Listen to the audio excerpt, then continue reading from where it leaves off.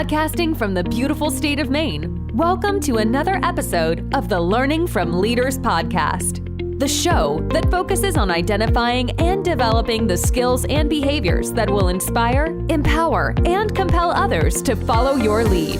Listen as Patrick's guests talk about the powerful leadership approaches they have identified and developed, which are vital for leading in today's challenging times. These are the same approaches that will positively impact you as a leader too. Learning from Leaders provides the right balance of leadership research with real-world scenarios, making it easy for you to rise above your best.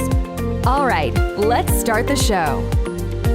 Hey everybody, I'm Patrick Barano. Thank you for joining me on another episode of Learning from Leaders. And on this episode, we're going to be talking with Jennings Smith, who's a real estate investor. He started in 2013 investing in real estate and now has a portfolio that's valued at about $60 million and takes in revenue of about $800,000 per month.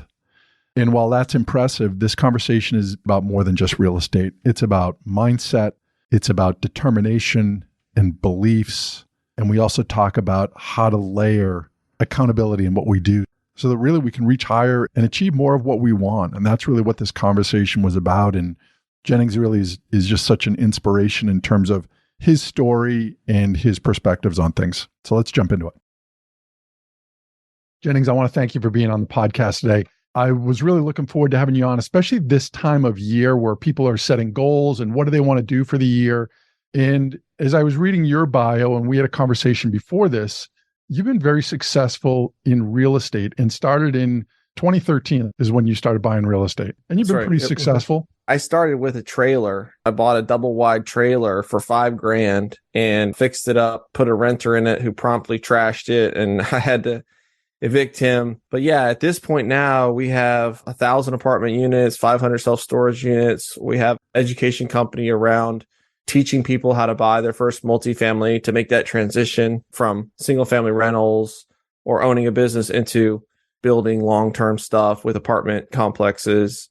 And that's we've got about 300 or 400 students in that program now. So yeah, I've come a long way with real estate in the last couple of years. And so yeah, it's a really cool vehicle, especially in the inflationary environment. If you can get that great, I was just going over the numbers. We signed a loan last summer, 4.73% interest, which we thought was high at the time, but 10-year fixed term, 48 months of interest only, 30-year amortization, and non-recourse. It was a Fannie Mae loan. That's the kind of stuff that really can build generational wealth. It was about a $10 million loan, and the property's already worth $14 million, and I think it'll be worth, I don't know, 25 million, 30 million when I'm 60 years old. So if you can hang on to this stuff, it's unreal how real estate can compound in value.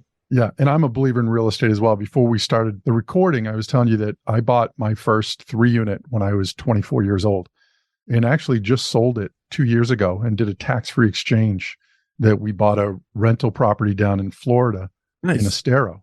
That one piece of property was really just like this revenue source for us and provided so many opportunities for us to do other things. And as I hear you talk about your coaching company and all these other things that have come about, that real estate provides such a vehicle to be able to do this. And this obviously is not going to be a show about how to invest in real estate, but I think it speaks to anybody that's out there that's looking for, how do you want to build more security? This is certainly a route that you need to look at. And I think one that probably many people say, I can't do that.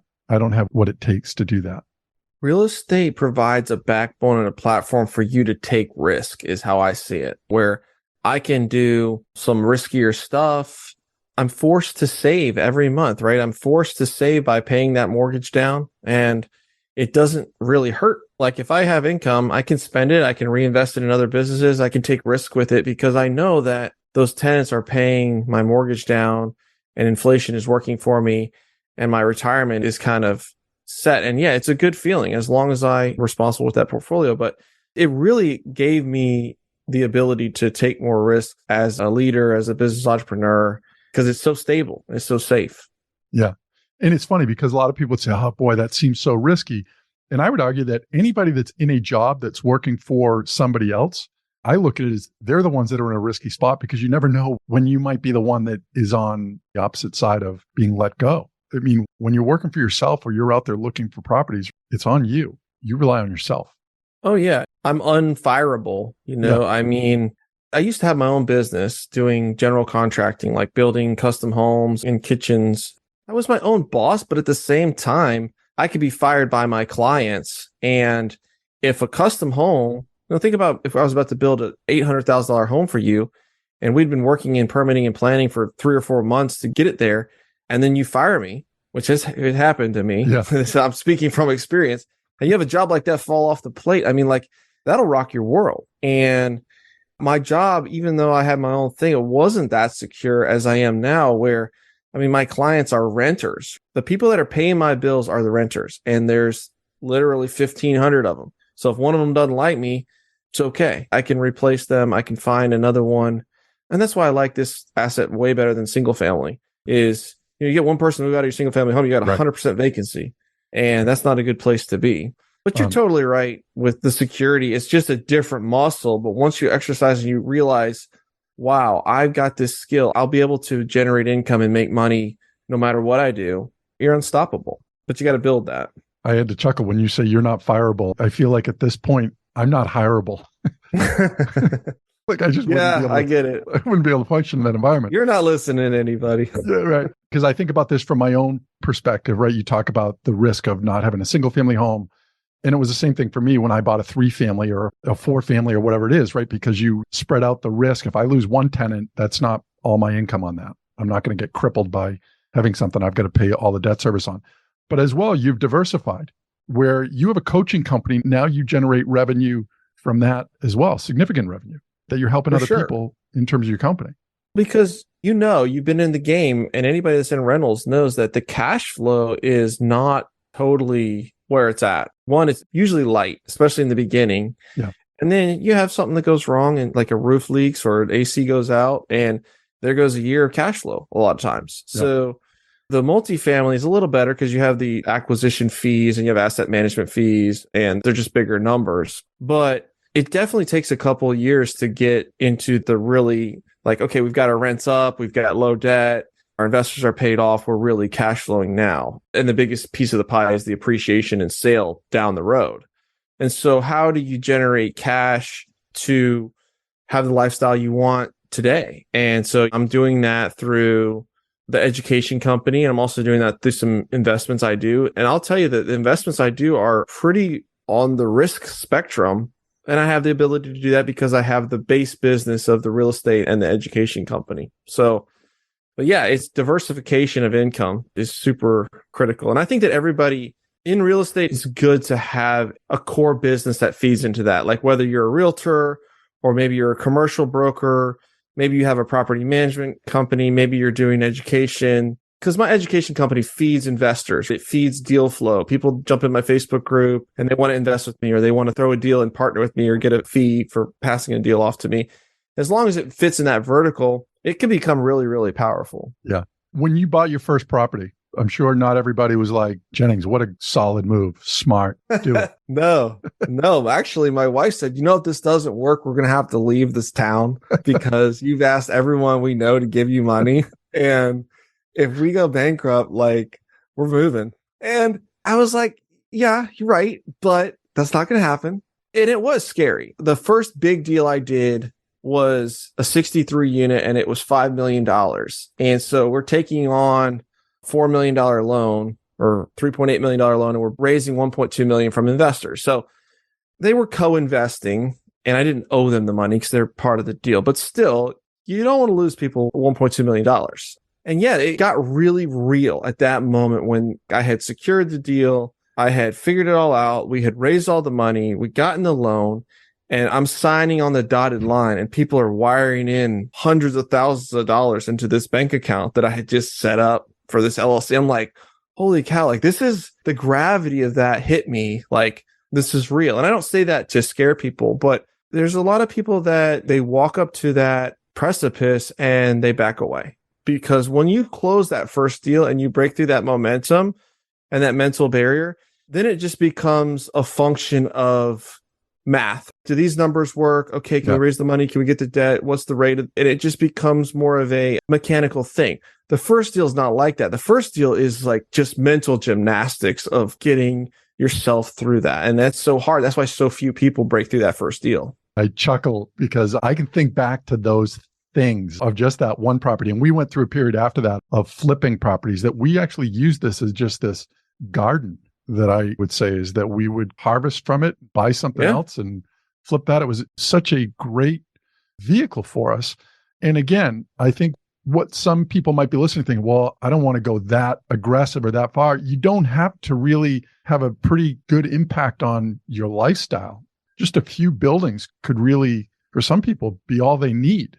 I mean, one building, I just did a little break. One building can add $10,000 a month in passive income, like a 24 unit. And I'm talking, you pay that thing off $3 or $4 million when you're 50, 60. Most people work for 40 years saving whatever $100 a month in their 401k to try and generate $3 or $4 million, and then to try and generate 4% off of that to live on. Like, it is hard, but it's not as hard as investing in a 401k for 30 something years. It's not that hard. So, and it's so funny that you bring that up, because for me, the real estate thing was something that I felt like I understood it enough to say, you can't hide a bad roof from me for the most part. Whereas I don't know what goes on in the back of a company that they're not somehow working numbers that don't really add up. But I can tell going into a property, like, there's a structural problem here, or bring somebody in that can say, this is an issue, don't buy this, a liability. Not the same with a 401k. Real estate's the equalizer of dummies. I mean, it is not a hard business. I like that. You don't have to be, you don't have to be brilliant. Like, I can't start PayPal and SpaceX and all that stuff. Like, I know my limitations.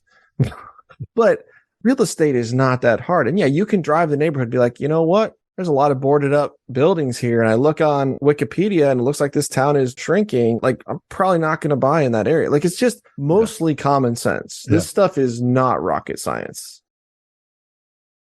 So along those lines though, right? If somebody's out there right now, and now this is turning into more of like, how do you get into investing, where somebody says, you know what, Jennings, you did it. You must have had something special that you were able to do this, but I don't have the resources. I don't have the background.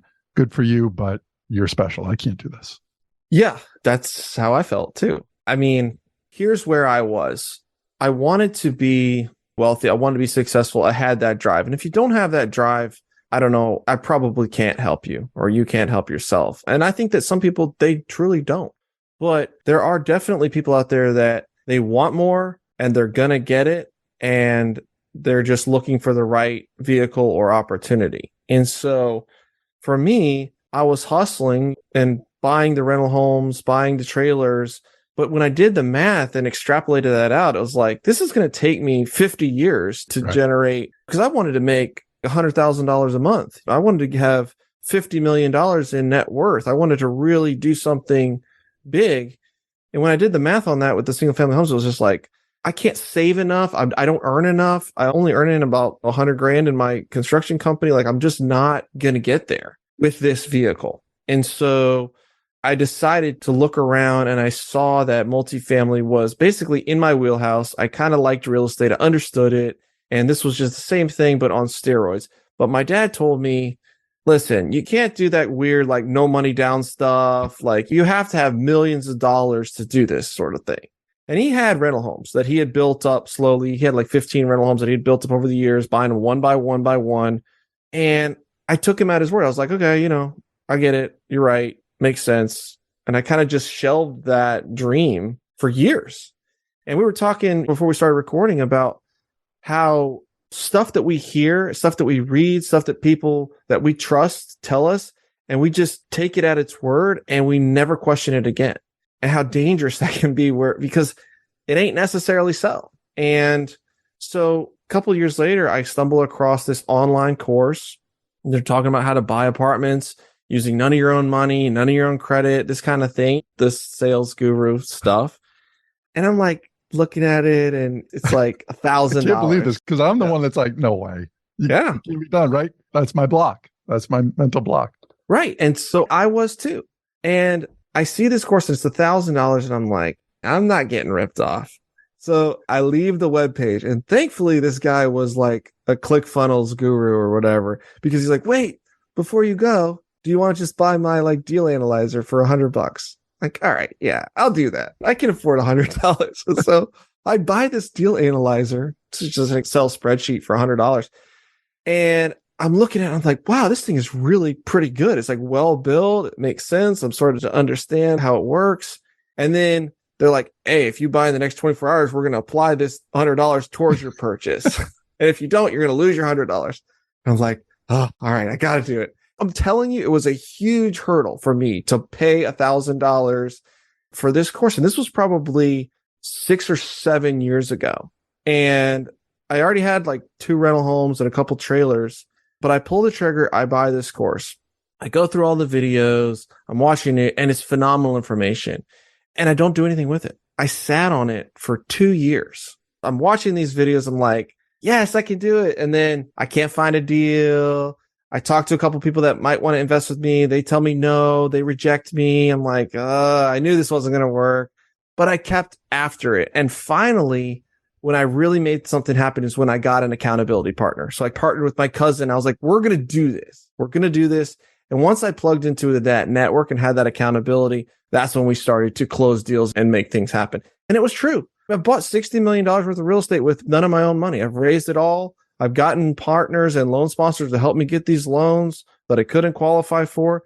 And I've literally built this portfolio from nothing with no money, no credit. And what my dad had told me was completely wrong. So the accountability partner piece that made the difference for you? That's what made the difference. And what was it about that accountability partner? Because I think this is a good thing for people to hear, regardless of what they're looking at doing, the importance of support, right, of somebody else. What it is, I think that we like to be thought of as someone that keeps their word, someone that keeps their promises. And yet the easiest person to break the promise to is ourselves, right? It's like, I'm going to get up at 5:30 and hit the snooze button. I'm going to work out. I'm going to eat healthier this year. And no one knows about your goal. And it's only you and your internal dialogue. And so that promise is super easy to break in. I mean, it's actually, I was reading this study. Like if you make up a goal, you have a 10% chance of reaching it. And if you write it down, I think it moves up to 15%. And then if you have a plan around it, it jumps up to 50%. Like if you've got a good solid plan.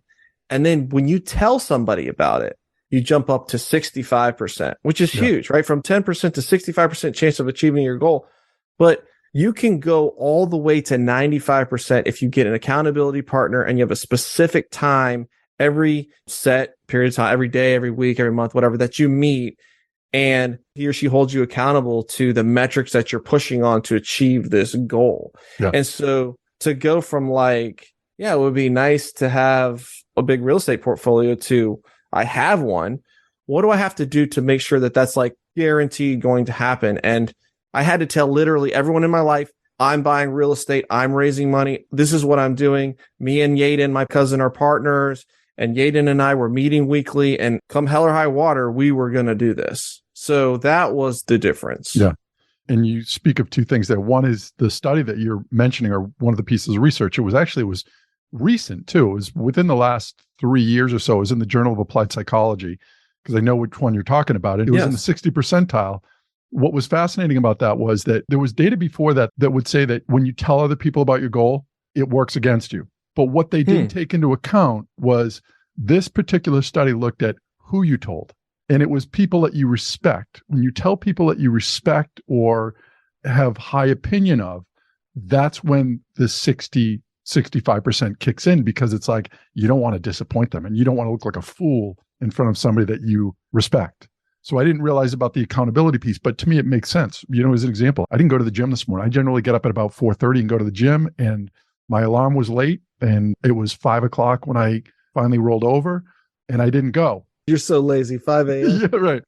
But if there was somebody waiting there for me, I would have said, screw it. I got to get out of bed and I got to hustle off and get there. Nobody was waiting there for me. So I just said, I'll do it later. Still haven't done it.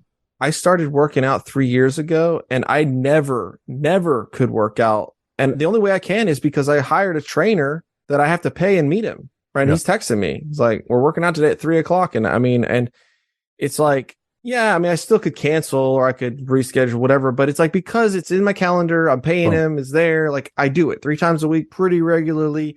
And then I think, yeah, I'll do like side workouts on the weekend. Nah, I don't do it. I don't have accountability around it. But that's so great. Like what you just said is critical because so many times you tell people in your family, in your circle of friends, the people that are on the level that you're on or lower about your idea or what you're going to do. And they have all the reasons why that won't work. Well, you didn't think of this, or who do you think you are? You think you're better than us. And that's one of the biggest reasons why people don't like your ideas is because they see the path and your action. It's a judgment on them. And they know that, man, when he gets there, we're not going to be able to be friends anymore. Yeah. Right. Right. Or it tells people what I'm not doing. Right. If you get to that goal, I haven't lived up to my potential. Exactly. That's really what it does. Yeah. I mean, the average person, they may like the high performer as far as like from afar and what they're doing and as an inspiration, but when they're close, they don't really like them because it's a judgment on them. Like the high performer, they're not drinking heavily. They're not smoking cigarettes. They're not staying out late. They're getting up early. They're hitting the gym. They're doing their work. They're working consistently. Like they're just a machine of consistency, and they're not the old good time Charlie that they knew in high school. It changes. Yeah. I don't know if you've ever heard Joe Rogan. He says he's the most disciplined, lazy person you will ever meet. I would consider myself that. Below everything, I don't have a lot of structure to me. I probably lose focus on a lot of stuff, which requires that I become more disciplined, that I wake up early when I do and I get into a routine. I kind of chuckled when I heard that because I do feel like I'm a disciplined, lazy person. It's so crazy how the littlest things can make just massive results and massive differences in our performance. Like I wake up at like 5:30, 6 o'clock, sleep in a little past you. But then here was the horrible thing. I would roll over and scroll Facebook or Instagram or whatever for 45 minutes. So I'm like, why did I even wake up early? It's like 7 o'clock. I'm finally rolling out of bed and my mind is like, just totally ruined from all this dopamine of like all these little reels and crap. And it's just like, this is so dumb. And I could not help it. If my phone was there, I couldn't help it. But the simple thing of like, okay, you know what? I'm going to plug my phone in the bathroom. I'm going to charge it overnight in the bathroom. So when the alarm goes off, I've got to stand up and I've got to think and I've got to turn the alarm off and I'm going to think, just get in the shower. Don't start scrolling your phone. Just get in the shower. And then I get in the shower and then 10 minutes later, my day is going and I'm disciplined and I'm like, I'm not going to be looking at Instagram and all that until I got my morning routine going. And it's just that little thing that matters. The little thing of like connecting with my cousin and being like, hey, we're going to do that was the difference between 2 years of failure of just sitting on information and not really doing anything with it to getting into a committed partnership. Yeah. Which I think is good for people to hear because it says that it's never too late in some regard, right? The people that say, you know what, I've had this for 2 years. I'm not going to be able to do this. Similar story for me starting a podcast, which I started in 2018. I purchased all the stuff a year and a half before.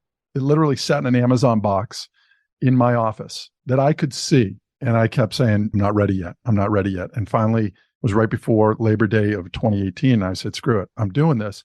And I took a course by Pat Flynn. And I sat there with an iPad and my computer. And I got the whole thing set up on my own. I produced my first 3 shows for that weekend.